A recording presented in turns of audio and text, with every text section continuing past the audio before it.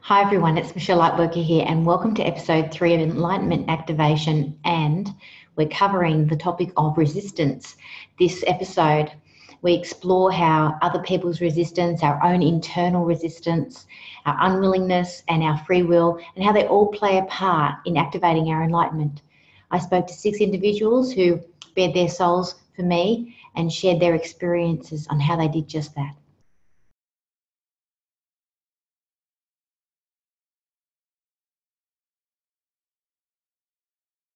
My name is Vanessa and I'm 39 years young. I live here on the Gold Coast, Queensland, Australia. I am a divine embodiment coach and I guide people to their divinely embodied self.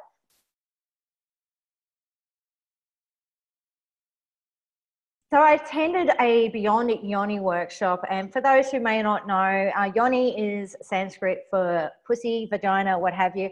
And my ultimate goal in attending this workshop was actually for couples, and I attended it with a partner, a tantric play partner, and we basically explored that. And for me, as a female, to receive pleasure in my whole body, not just down there, that brought up a lot of stuff I didn't think I had, believe me, a lot of resistance, especially in regards to resisting pleasure and orgasm. I didn't think I would, but I did. Oh, believe me. And especially around surrendering and letting go and receiving from men in regards to receiving an orgasm. It was interesting. So what happened from there is there was one practice I took with me from that workshop, which was a breath and sound process. So all it was is me lying on my bed, breathing deep belly in, and then I make a sound, any sound on the out breath. And oh my God, you think something so simple would be so, whatevs, but no. I'm lying there, literally lying there, fully clothed. And here I am, 1, resisting making sound. 2, I'm also resisting, like there was points I was doing it and I'm like going, I have the time to do this. Okay, so I'm doing it. And then my body I just have this feeling, I'm lying there because I'm not doing anything else except breath and sound. And there's this feeling of, no, let's stop. But I had to tell myself, I really did. I'm like, no, I'm going to keep going with this. So I kept going. And then it came up at least 2 more times. I don't know how long time period this was. I played around with the sound too. I was doing higher, lower, monotone, louder, softer. It's my head, my mentality, which is like going, no, let's stop. But you know what? I'm so glad I didn't. So glad I did, because guess what? There was gold, pot of gold at the end of this rainbow. At the end of this rainbow was my first ever.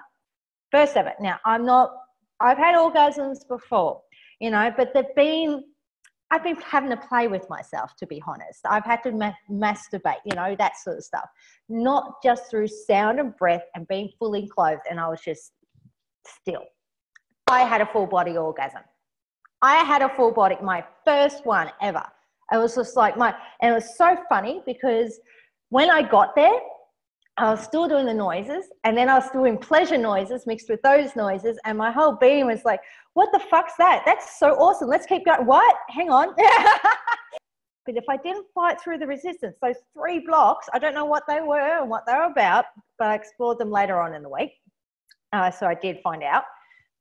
But thanks again to that resistance, I had my full body orgasm. And to be honest, I realized after I was lying there and I was enjoying the horny, as I called it, just that, oh, I'm feeling good, but I'm feeling horny. I was just enjoying that energy, and I just realized how that flowed on into other areas of my life. Where else did I let resistance stop me? Where else did I stop me? And then, there's that pot of gold. Believe me, full body orgasms, you read about them, you hear about them, right? And you think, oh, yeah, that'd be great to experience. But I was one of those people until then. So yes, resistance definitely helped enlighten me into how much I did in regards to money, pleasure and play, and not necessarily sexually. and just relationships, like what was holding me back in exploring with men and women and all this, because I'm a pansexual. And yeah, it was just blew my mind. Just this one little experience of breath and sound.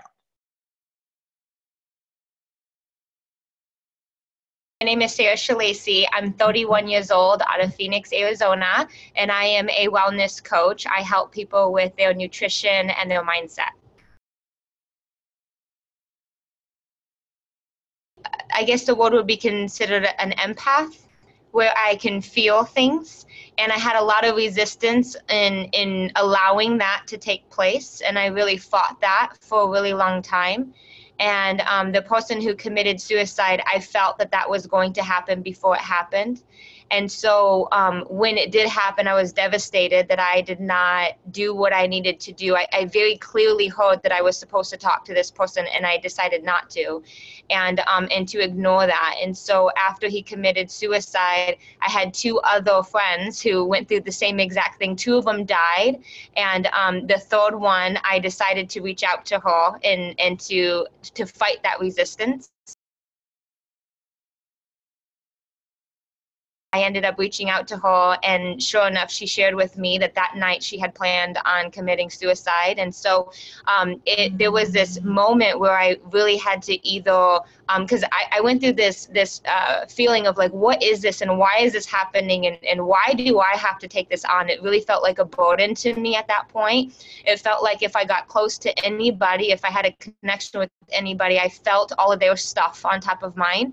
And that was really difficult for me. And so I realized in that moment that either this was going to be my end as well. I had attempted suicide 3 times before in my life, unsuccessful, obviously. And so I was like, this is either going to be the same outcome for me, or I'm going to learn how to embrace this and how to figure out what exactly is this. And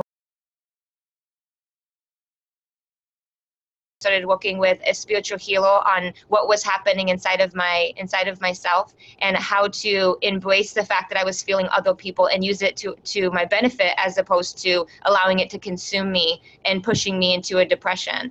I think one of the biggest things that I learned was that there's other people out there that are also going through something very similar. A lot of people have this mindset that the struggle is happening to them and not for them.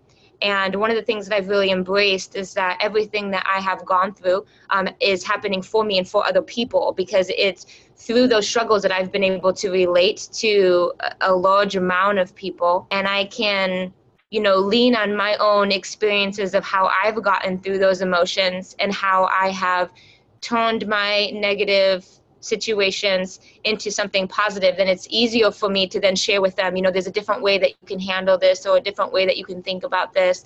And then I actually feel as though I'm helping that person and allowing that person to raise their vibration to a point where they are in a place of well-being. I think feeling a space of well-being is something that is new to me in the last couple of years. I've really struggled with depression and anxiety the majority of my life. And once I had experienced this feeling of well-being, which for me is just this feeling that everything is well, no matter what is happening around me, everything is perfect just the way that it is, and that I am safe, and that there's nothing that can harm me. Even if something physically harms me, there's nothing that can harm the parts of me that are eternal. And once I figured out that feeling was possible, I wanted everybody to feel that feeling.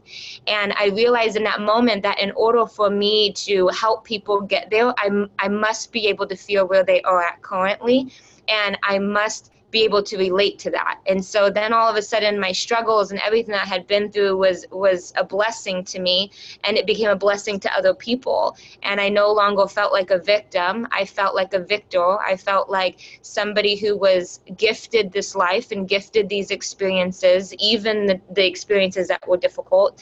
And I was gifted the ability to feel that from other people, so that I could use my struggle to lift them and lift myself. And now I just have this internal desire and mission to help everybody get to that place of well-being, because I saw what it did for me, and I saw what it's done for my life and what it's done for my daughter and the people around me, just to always remind myself that I can choose to feel happy no matter what's going on around me.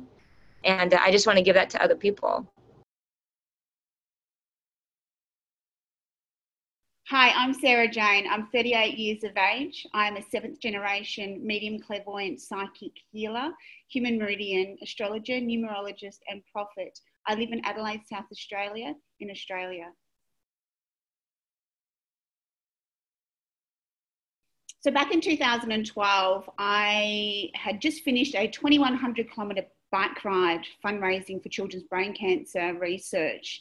And I had only been home a couple of days and I fell chronically ill with flu-like symptoms. I hadn't even made a week of antibiotic treatment issued by the GP, and I found myself in intensive care fighting for my life. That night, back in November of 2012, was the first time that I actually clinically died. And it was very overwhelming and highly emotional, and proceeded within the next 24 hours by the intensive team to tell me I was safe, even though my medical records were off the charts and they couldn't work out what was wrong with me. They had established that I was out of the darkest peak, they thought. I wasn't. It became and set the tone for virtually up until about last year, bouncing in and out of intensive care. I have a really rare eosinophilic mediated blood disease, which affects 1 to 3 people per million. I've clinically died 3 times. I've danced with spirit more times than I'd like to count, but clinically I've passed 3 times. And in that space, my enlightenment activation was the second time that I passed over, and I was met with my guides. And they explained to me it wasn't my time. Resistance at that point in time for me was truth and acceptance of what was and what is. I grew up in a family of light workers, so I wasn't strange to the spirit world. But for me, I had pushed it aside for the majority of my youth. And it wasn't until I had my first dance of death that I really had that high sensory activation and bring me back into my soul trajectory of what I needed to do here and what I was meant to do pre-assignment, pre-carnation, what I had agreed to do. And there had been a lot of catalysts throughout my life where I really had taken the lesser road. And that was definitely out of fear and ego. But this catalyst point was definitely that reactivation and enlightenment to bring me back to my truth and to peel away all of the conditioning that had occurred. Up until that point, I was in a toxic marriage, a highly toxic marriage. There was domestic violence and abuse of substance by my then husband. And at which point, you know, a lot of that I got to regain my power. I had given away far too much of my power. So the beauty in becoming chronically, and in medical terms, I'm terminal. They diagnose it as terminal. I don't meet any Western treatment criteria. I've had chemotherapy, I've had gene therapy, I've had immunoglobulin therapy, I've had injections once a fortnight that the government have blessed me in funding at $14,000 an injection, and none of it has worked to date.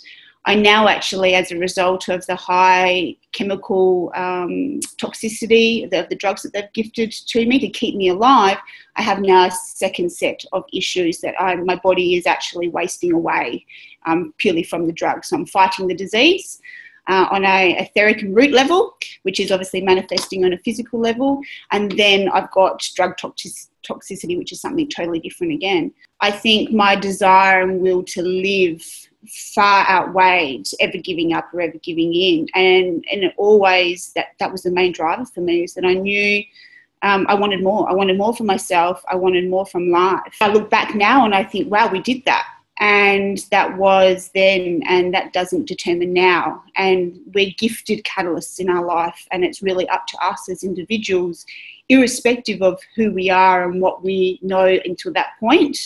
There's always an opportunity for new. There's always an opportunity for growth. And that catalyst for me was that I had to die. Shaman Storm. I'm 50 and I live in Bayswater, Victoria. I'm a carer for my son who has autism.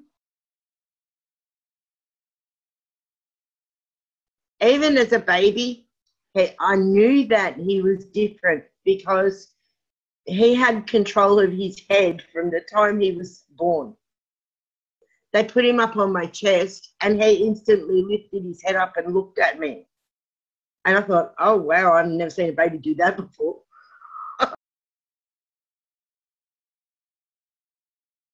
They also told me when Malachi was little that he would never talk either. And I said, you're kidding me, right? I went, nah, no way, I'm not having that because I cannot cope with a child who can't communicate. He will talk and I will make him. And they said, how are you going to do that? I said, I'll find a way.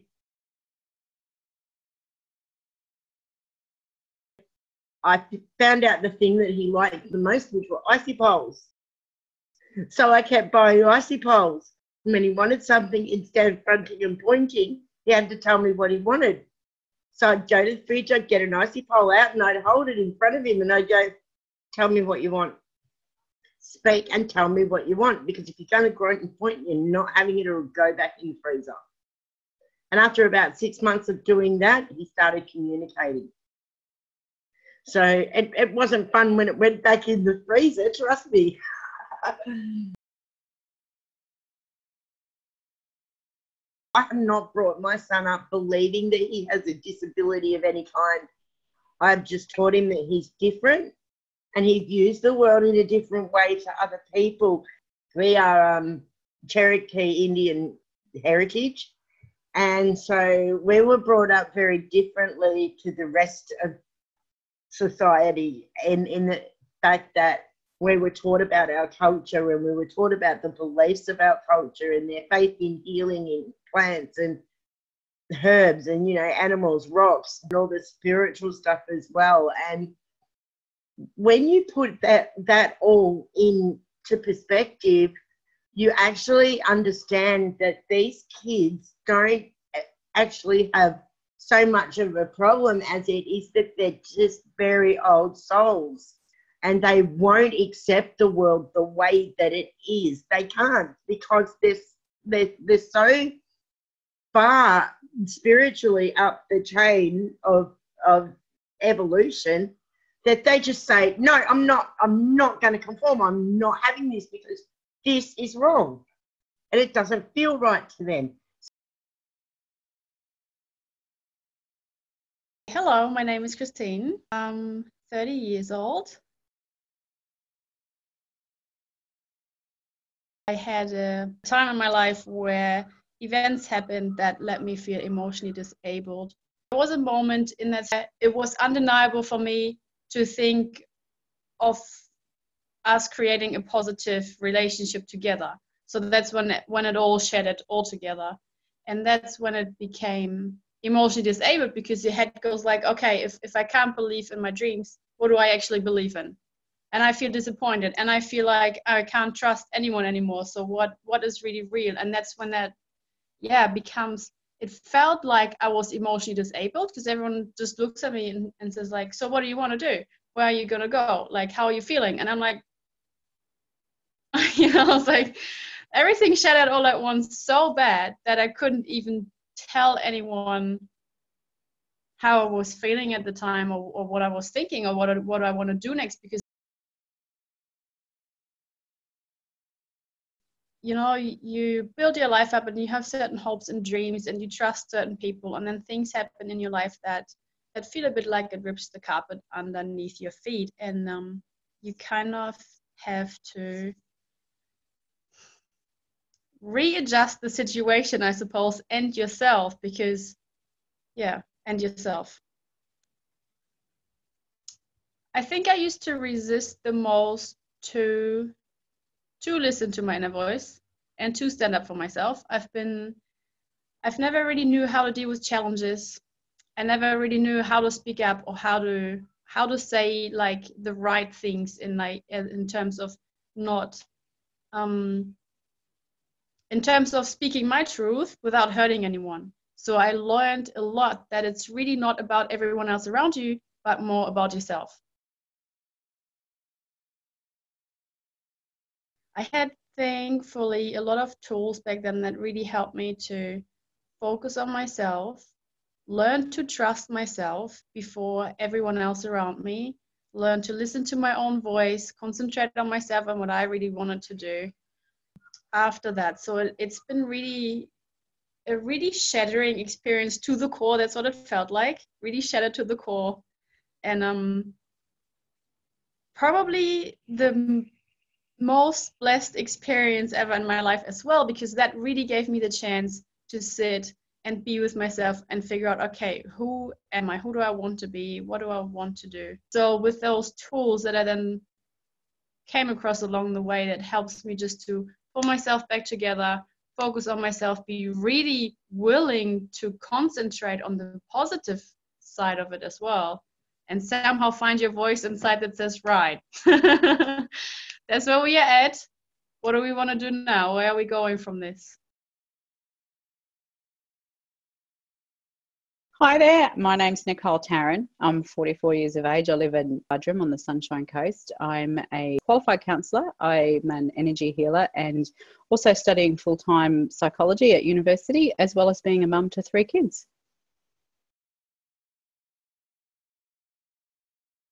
It's almost like being broken open. There's this feeling of when you let go of resistance, you get broken open. I know just in the last couple of years, I went through a relationship breakup and I was resisting being alone, like to the point where I was so consumed by manipulating my surroundings so that I wasn't alone, that I was, by trying to control my environment and control the people around me to not be alone, I was actually out of control. My cortisol levels were up. I ended up with adrenal fatigue, all from the energy I was taking to try and just hang on to something or resist being alone. It actually made me really sick. As soon as I let go, my knees hit the floor and I let go of trying to control it, everything shifted and everything changed, and this peace and calm came over, and it was just, okay, just receive. If we judge something as wrong, we'll resist it.